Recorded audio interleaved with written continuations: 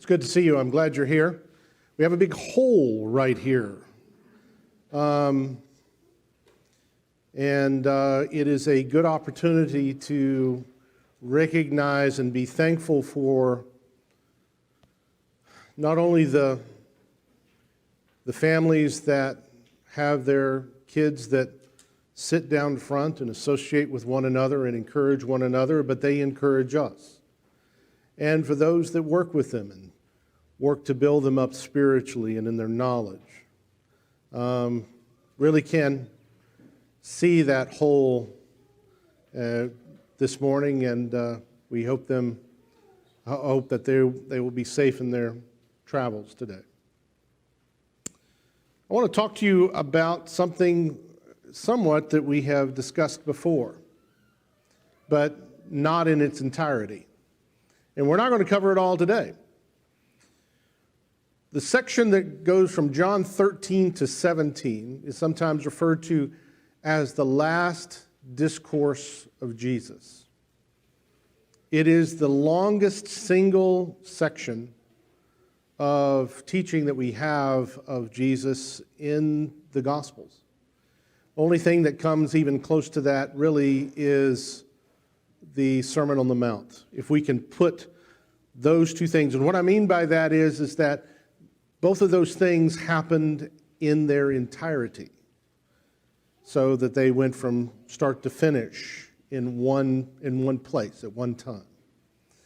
And as we look at this last section, there's all kinds of things that bring importance to it that I think we need to recognize as we start.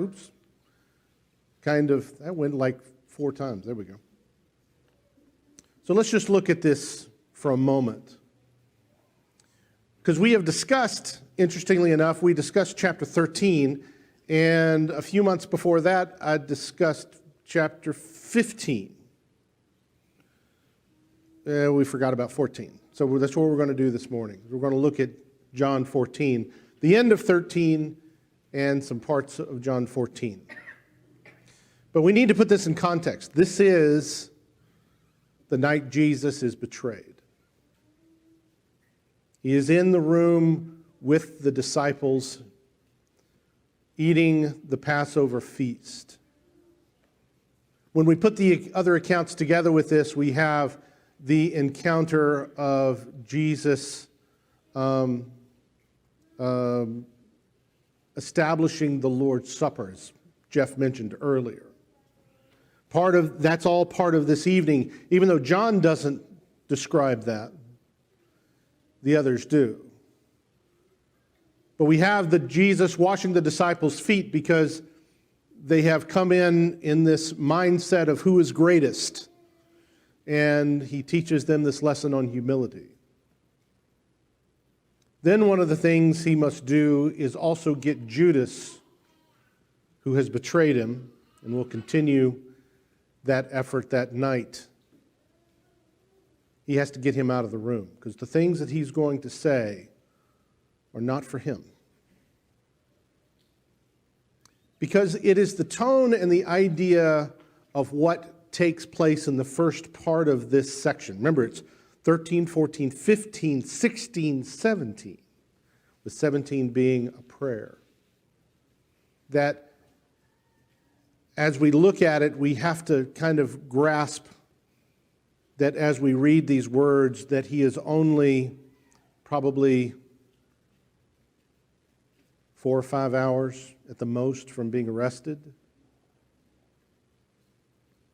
Maybe 12 hours from being crucified. This is a cusp. This is a place that Jesus is going to be able to speak to his disciples at length for the last time before they see the events of his abuse and public execution. There's some things that need to be said. They need to be prepared for this. And he begins this whole section with the idea of this is where we are. The time is now. The time has come. We are right here. And there's some things that we need to say. It is the tone of this first section that kind of is of interest. He begins, in many ways, this section with the idea and the thought of little children. This is a parent preparing their children, his loved ones, for his death. The tone that goes through this whole first section of at the end of 13 and most of 14 here is that of being comforting, being preparing and talking to them almost like they are children. Listen to the tone here. Little children, I am with you a little while longer. You will seek me, and as I said to the Jews, I now say also to you, where I am going, you cannot come. I mean, the phrasing of this in terms of the approach, he's making things very simple. There are things about to happen, and we will be separated after 3 1/3 years of being with Jesus and listening to Jesus and working with Jesus. That time is over. And I mean tonight. Little children, I'm leaving. And what is the most important thing that he says in connection with that? A new commandment I give you, that you love one another, even as I have loved you, that you also love one another. By this all men will know that you are my disciples, if you have love for one another. This is a phrase that is laced throughout. And more than just the phrase, but the idea is laced throughout this whole section. Even in the prayer that Jesus makes to the Father on behalf of the disciples. And not only on behalf of the disciples, but the prayer in 17 also includes you. Whole nother sermon. But as he says this, do you understand that the very first thing he says is that a new commandment, that you love one another? Now, I don't think that's terribly new, is it? Except in the context that he puts it in. Because in the same way, I have loved you. Now, that's going to take us to a whole different level. That is what makes it new. If we are going to judge the standard by the way the world thinks of love, no, not anymore. We have to look to Jesus. This is the new command. Now, I got to this place and I couldn't help it. I couldn't stay away from John writing in his epistle saying this: love one another. For love is from God, and everyone who loves is born of God and knows God. The one who does not love does not know God. And then in one of the most remarkable things that I believe anybody could write, and he does it twice in his epistle, John says, God is, in a single word. In chapter 1, he says, God is light, the absolute epitome of truth. Over here in chapter 4, he says, God is love. Now, I am very grateful that we have that song, The Greatest Command, that we sing, and that I have this song, this verse now absolutely wedged in my head, that I don't have to reach for it anymore. And I think as I look at the words and the order in which Jesus presents the things that he needs to say there that night to the disciples to prepare them for what they are about to witness, that the very first thing he says is, you're going to need each other. Love one another in the way that I have loved you. But you know, the story of John 14 and the end of 13 is not really the story as much of Jesus being able to say what he needs to say. Then the disciples keep interrupting him. In many ways, that is one of the most frustrating things. I just want to know the continuous thought as he talks to them and is expressing and preparing them for this, and yet he still continues to be interrupted 4 times, and that's what we're going to focus on, is actually the interruptions. And the first of those is, as Jesus says, I'm going away. The first one, and no one is surprised, that the first interruption comes from Peter. Peter says, Lord, where are you going? Jesus says, where I go, you cannot follow me now, but you will follow me later.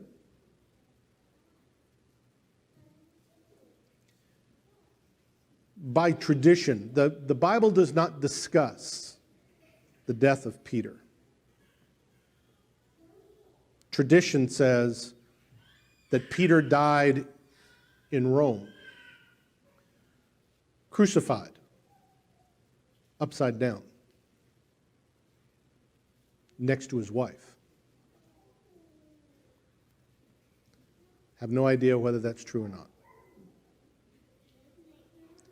But as I read this verse, can you understand, as he says, where I'm going, you cannot follow me now, but you will later, has a literal context to it. But of course, Peter, having no understanding of that, says, Lord, why can't I not follow you right now? I will lay down my life for you. And one of the things that we see here is that Peter says, I'm ready. I'm ready right now. Right now. Really? One of the first mistakes I think we make is sometimes thinking right now that I'm strong enough right now. That was what Peter claimed to Jesus this evening. And nothing is going to deter me from that.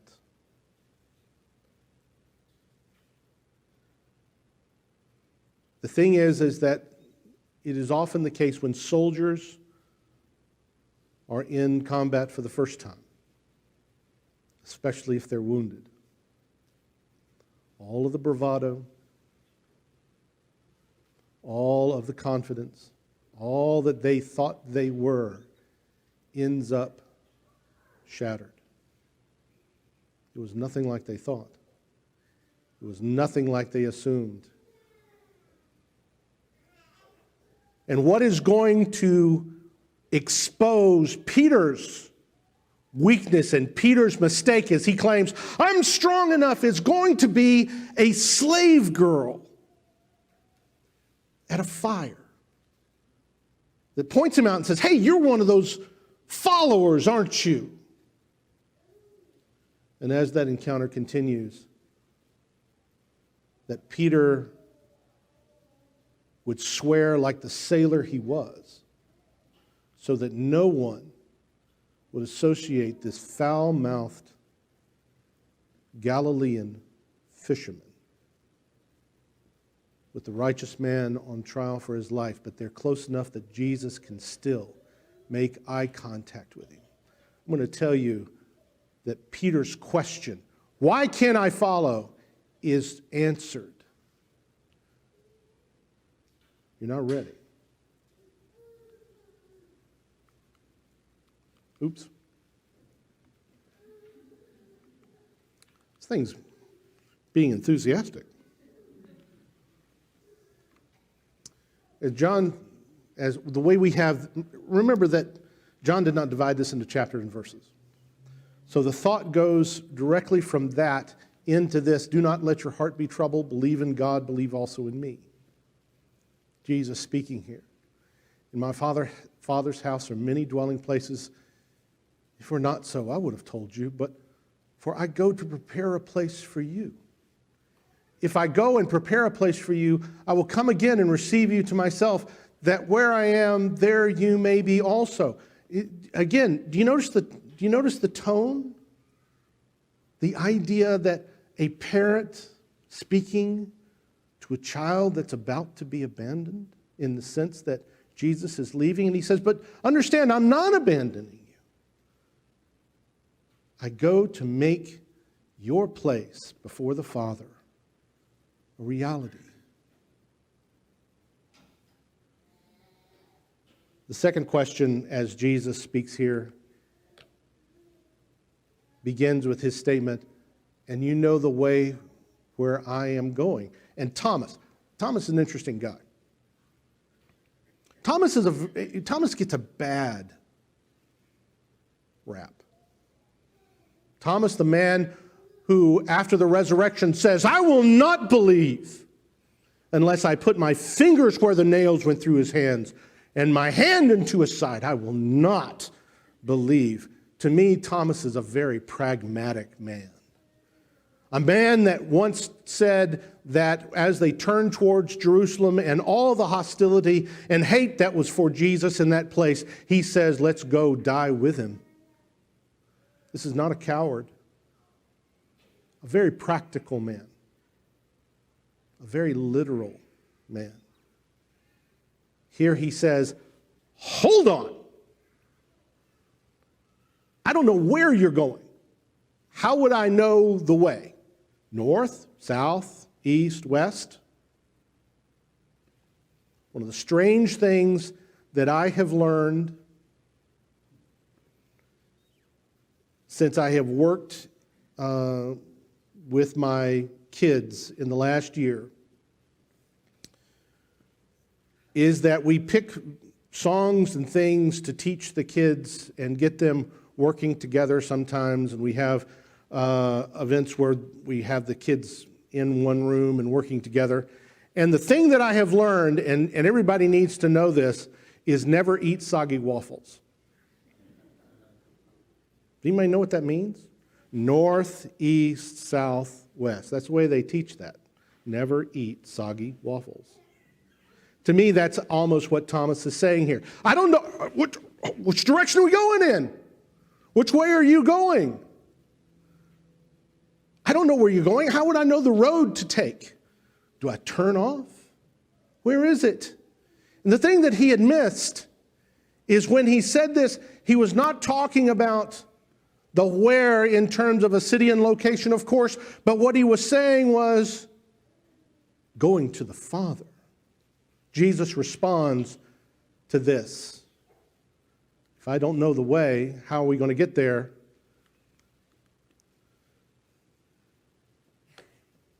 He says, if you're going to the Father, there's one way to go.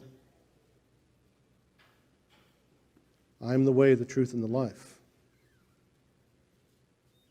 There are numerous sermons that will break these things down. But in the context of this evening, as Thomas says, I am so confused. Where? What Jesus is basically saying to him is, hold my hand. I'll take you there. Don't abandon me, because I'm going to take you to that place.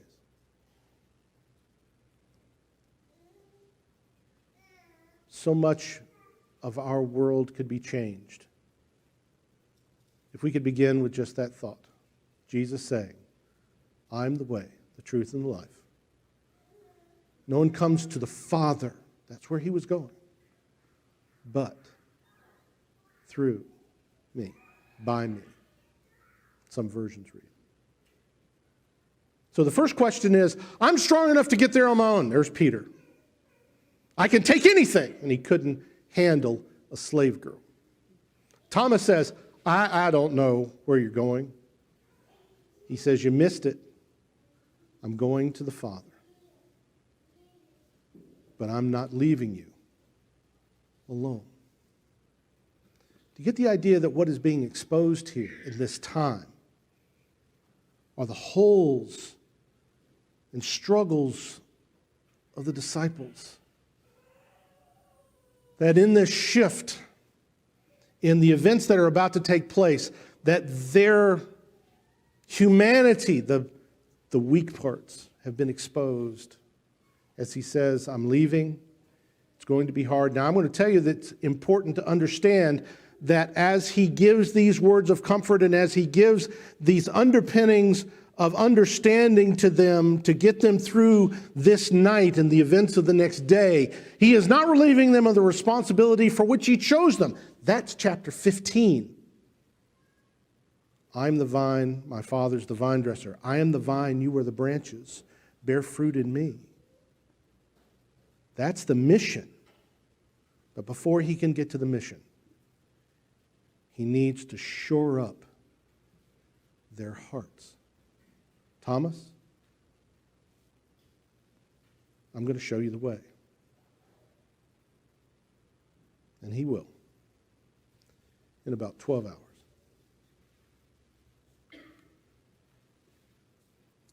We've been talking in Hebrews in our class. Last week we were at chapter 10, and I thought this is such a close parallel it needed to be thrown in here. Therefore, brethren, since we have confidence to enter the holy place by the blood of Jesus, by a new and living way. I am the way, the truth, and the life, Jesus said. A little bit later, a few verses down, Jesus says, if you had known me, you would have known my Father also, but from now on, you know him and have seen him. Philip said to him, Lord, show us the Father, and it's enough.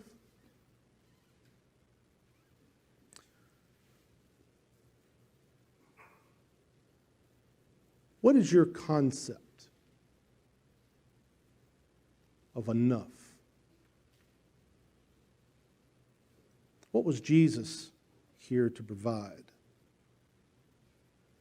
To Philip, it was like, wait a minute, why are we going to such extremes? It doesn't need to be that. It doesn't need to be that you're going away. If you come on, just give us an understanding or a vision of the Father. Remember, they've heard the story of the Transfiguration. Philip wasn't there. They had seen the storm calmed. They had fed the 5,000. Show us the Father. It's enough. That's enough. That's great. Stop there. Don't have to go further. We set limits on God. I just need a little bit of God. Ever had that thought? God imposes so many things on me. He wants to regulate what I value, what I care about, the way I live my life. Oh, I just need a little bit of God. Just give me a little bit.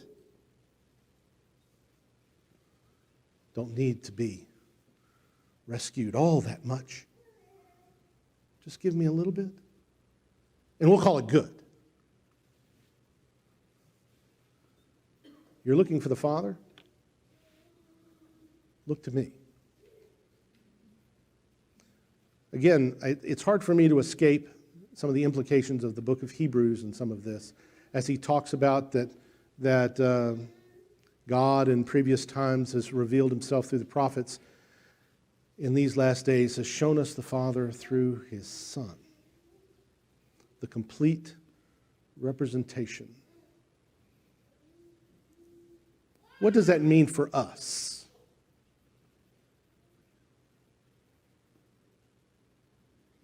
To me, that idea is that the Father, though the creator of all things, the concept is so hard. something that is absolutely righteous, something that is absolutely true, something that is absolutely powerful, that knows all things, and there are philosophical and theological things that go bouncing around in my head, and I struggle to understand some of those big concept things, and I know that people are broken on that wheel sometimes, that they can't get a complete handle on God. Jesus says, hold on. Look at me. When you see me, when you understand me, you understand the Father. We are telling you the same thing. I feel like I am cheating when I pick up my computer and I'm able to do so many cool things. Because, to be honest, except for plugging the thing in, I ain't got a clue how it works. Not a clue. And it gets really bad sometimes when if I'm ever forced to use an Apple computer. Now, my iPhone annoys me quite often, but nothing like the Apple computers used to. When I was first teaching school many years ago, we had these little blue, I don't know if you remember the blue plastic Apple computer things. They were sitting on my desk, and I would hit print,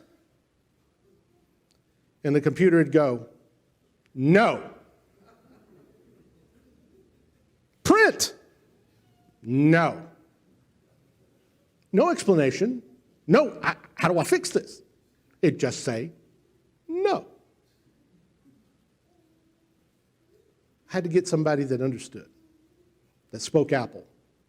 You fix this. No, most of the time what I did is I got out my Windows laptop and went, I'll just do this here, and did it like that. I could at least get something done. But I don't understand all the intricacies of the code and the chips and all the screens and whatever else it is. I don't know.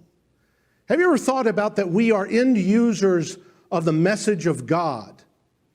There's a lot of things that we don't know. There's a lot of things that are beyond our understanding and beyond our vision, our ability to see it. And nothing more so than the very nature of God. And it would be an incredible puzzle and an overwhelming obstacle, except we have 1,500 years of writing to bring us to the place where Jesus can say, you see me? You understand the Father.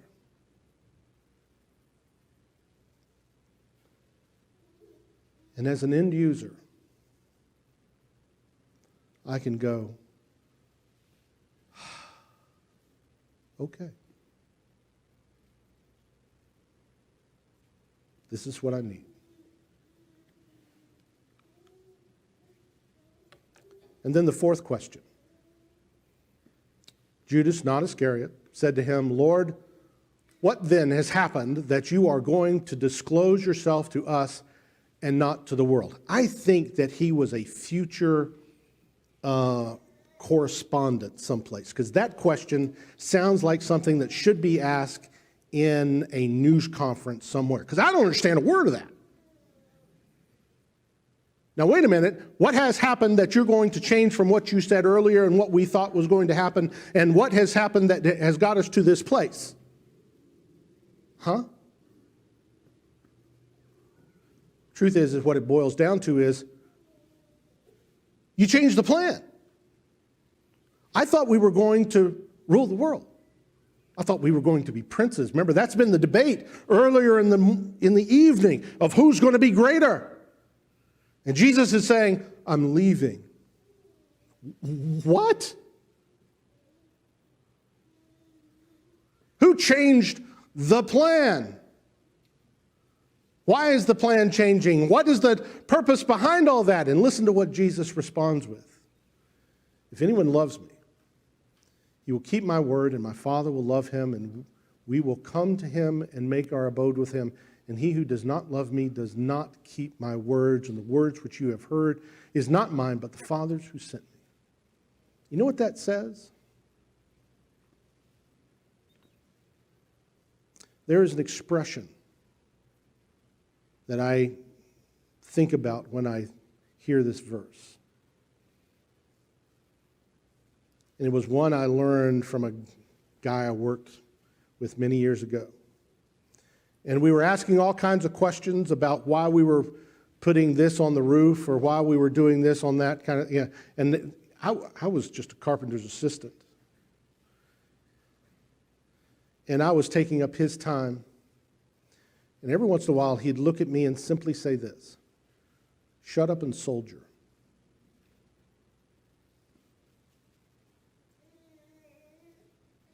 Ever think about how simple that phrase is?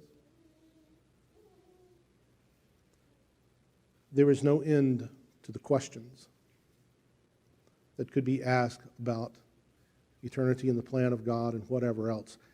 The problem is so often that gets in people's way. He has asked me, demanded of me something very simple. Follow. Follow. Is that hard to do? He has made it so that anybody can do it. I want you to think about the world in which the gospel spread through. There were people in that generation and the generations after that could not read or write. Are they able to become children of God? Absolutely. And they weren't philosophy students. You know how they did that? They shut up and soldiered. They did what he said. There were slaves.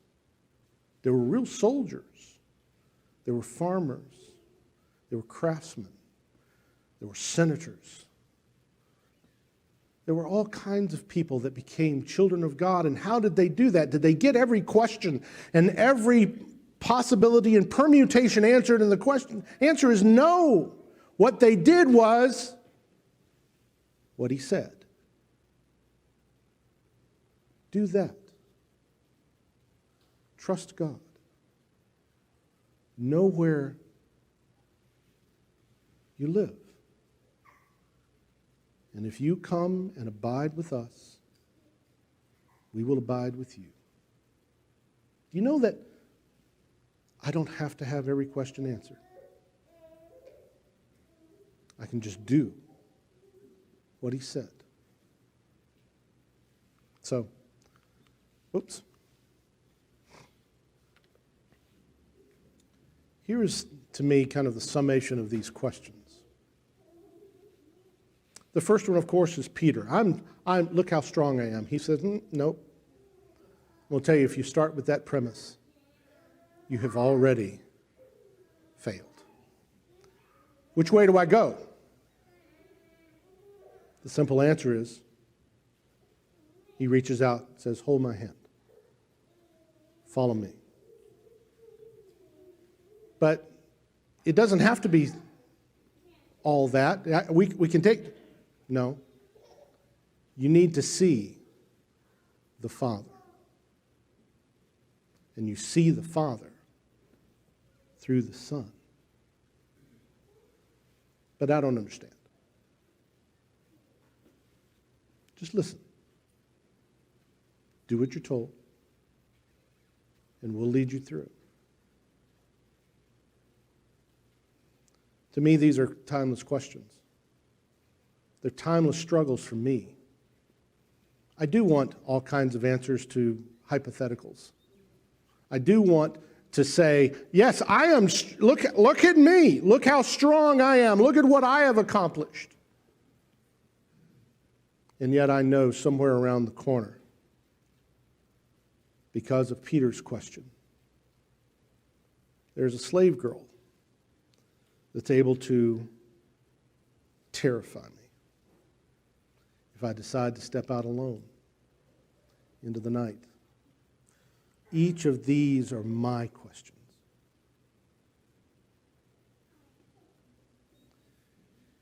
As he gives them this understanding and this place to hang on to, and where there's much more of what Jesus says to them in preparation for the events of that night. He gives them an understanding of it. The world is about to change for you. But understand, I love you, love one another, and it's going to be okay.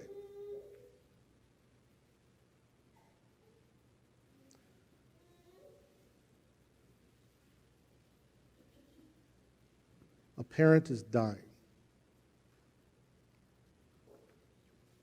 A few things that medical science or people experience can be more debilitating in the latter stages. Pancreatic cancer. It's painful, incredibly painful. And a parent in the bed holding out their hand to the child. In that moment, what do you think the parent wants more than anything? I'm going to tell you what it is. It's not about that the garage didn't get cleaned or the laundry didn't get folded or the grass didn't get mowed. They want that child to understand that what they are about to witness, what they are about to take part in, it's okay. It's okay because of Jesus. What would you say? It's okay. I love you. It'll be fine. Because God loves me. And I love you. See all that in there? Need to remember that, to say that to the people that we care about. As we stand in just a minute to sing this invitation song, I'd like for you to consider your relationship with God. How can we encourage you? What can we do to get you centered on that place with Jesus, that you understand that He is the way, the truth, and the life? We'd like to help you with that walk. If there is some way we can help you, why don't you come up front while we stand and sing our invitation song.